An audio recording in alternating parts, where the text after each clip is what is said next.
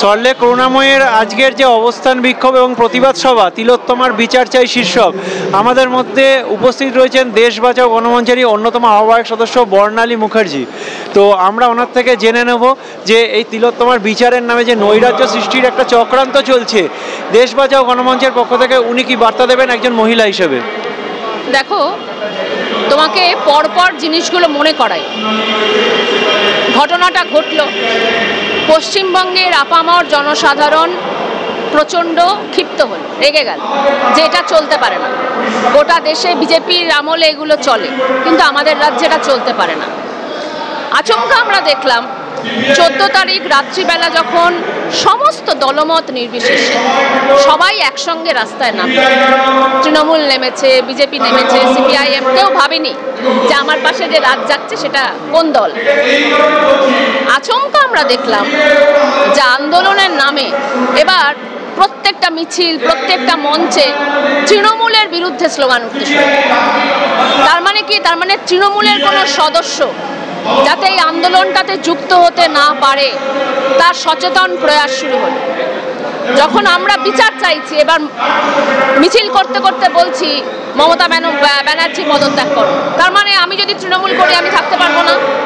অথচ যে কোনো আন্দোলনের ABCD অ ক খ হচ্ছে ঐক্য। তার মানে যারা এটা করলো তারা কিন্তু আন্দোলনের ঐক্যটাকে ভাঙার চেষ্টা করলো। এটাকেই আমরা অশুভ শক্তি বলছি। আন্দোলনের শক্তিটাকে যেই ভাঙা শুরু হলো অমনি রাজনীতি, তার মানে রাজনীতি এটা করছে। এবার বিজেপি কি চাইছে? যে ভোটের মধ্য দিয়ে আমরা সরকার ফেলতে পারলাম না। সিপিআইএম হচ্ছে বিজেপির যাকে বলে তাদের, বিজেপির তো সংগঠন নেই, সিপিএমকে দিয়ে কাজটা করাচ্ছে। সিপিএমের আছে কিছু বুদ্ধিজীবী, তারা এই কথাগুলো বলছে। আচ্ছা, এবার কি হলো? এবারে ওরা প্রশ্নটাকে তিলোত্তমা ধর্ষণ থেকে সরিয়ে দিয়ে অন্য এজেন্ডায় শিফট করতে শুরু। দেখো, দুদিন আগে যে মিছিলটা হলো সেখানে কোথাও ব্যানারে তিলোত্তমার নাম নেই।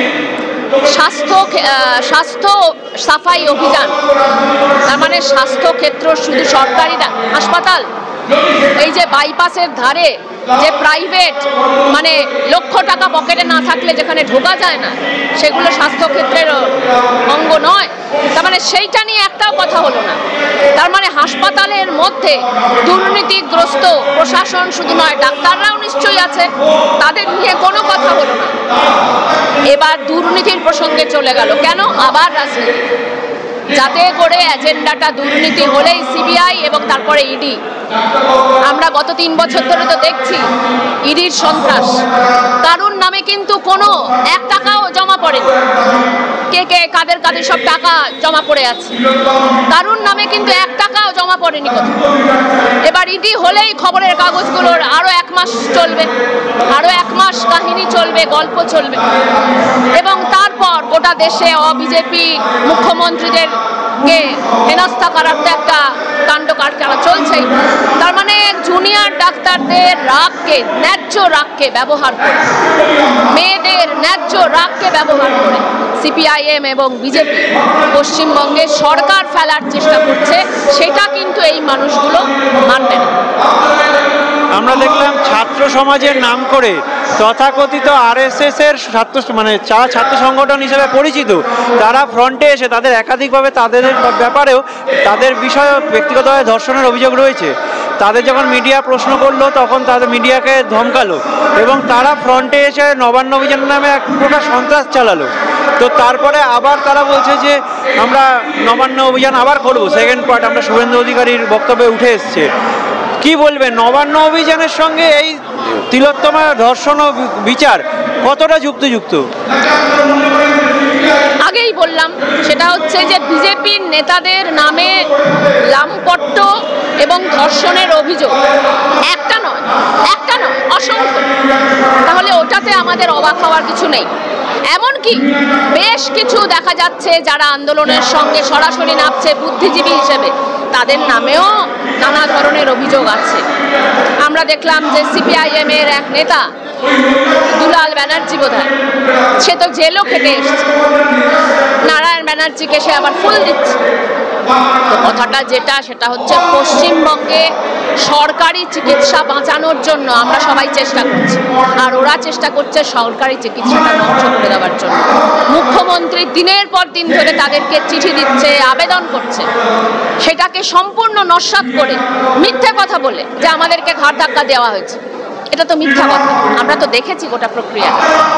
এই ধরনের মিথ্যা কথা বলে বলছে আমাদেরকে ঘাড় ধাক্কা দেওয়া হচ্ছে, বলছে যে লাইভ স্ট্রিমিং ছাড়া আমরা ঢুকবো না। তোমরা কি সাংসদ? তোমরা কি সাংসদ? আর ওই যে বৈঠকটা হবে ওটা কি পার্লামেন্টের সেশন যে লাইভ টেলিকাস্ট হবে? জনপ্রতিনিধিদের এই অধিকার আছে, কারণ জনতা তাদেরকে নির্বাচিত করেছে। তোমরা ভেতরে কি বলবে আমরা কেউ জানি না, তোমরা ফেসবুকে কি বলছো সেটাই তো দেখতে পাচ্ছি। এবার ভেতরে ঢুকে তোমরা কার নামে কি বলবে আমরা কিছু জানি? গোটা যে প্রক্রিয়াটা সেটা ধ্বংস হবে না? মিডিয়ার ট্রায়ালকে সেটা উস্কে দেবে না? মানুষের মধ্যে একটা নৈরাজ্য সৃষ্টি করবে না? এটা কেউ অ্যালাউ করতে পারে? দেশ বাঁচাও গণমঞ্চ কি স্ট্যান্ড নিচ্ছে এই পরিপ্রেক্ষিতে? এই যে নৈরাজ্যটিকে থামানোর তো একটা প্রক্রিয়া করতে হবে, না সাধারণ মানুষের যে হ্যারাসমেন্ট, দীর্ঘদিন রাস্তা দখল করে যে রাস্তা জ্যাম হচ্ছে, অফিস টাইমে আমরা দেখছি মানুষ বিরক্ত বোধ করছেন, অনেকের বক্তব্য উঠে আসছে। দেশ বাঁচাও গণমঞ্চ আজকে একটা সুস্থ পরিকল্পনা নিচে দেখছি, তো দেশ বাঁচাও গণমঞ্চ কি বার্তা দেবে? শুধু দেশ বাঁচাও গণমঞ্চ নয়, পশ্চিমবঙ্গের আপামর জনসাধারণ কালকে সুপ্রিম কোর্টের হিয়ারিংয়ের জন্য অপেক্ষা করছে। কেন?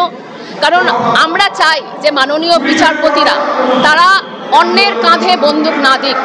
তারা যদি এটা মনে করেন যে এই কর্মবিরতিটা চিকিৎসার অধিকারকে হেয় করছে, অমান্য করছে, তাহলে রাজ্য সরকার যা পারবে করুক, এটা না বলে তাদের নিজেদের এই রায় দেওয়া উচিত যে তোমরা যদি এখনো কর্মবিরতি চালাও সার্টিফিকেটটা জমা করে দিয়ে যাও, আর না হলে তোমরা এই মুহূর্তে কাজে ফেরো, আর তারপরে তোমরা আন্দোলন চালাও। তারপরে কে ধরা পড়বে সেটা নিয়ে কারুর কোনো আপত্তি নেই, কেউ করেও নি। কিন্তু সুপ্রিম কোর্টের দিকে আমরা তাকিয়ে আছি যে আপনারা রায় দিন, আপনারা বক্তব্য রাখবেন না। বক্তব্য তো আমরা রাখছি, এখানে আমরা রায় দিতে পারি না, আমরা বক্তব্য রাখি। সুপ্রিম কোর্টের কাজ হচ্ছে রায় দেওয়া। অসংখ্য ধন্যবাদ আমাদের সময় দেওয়ার জন্য।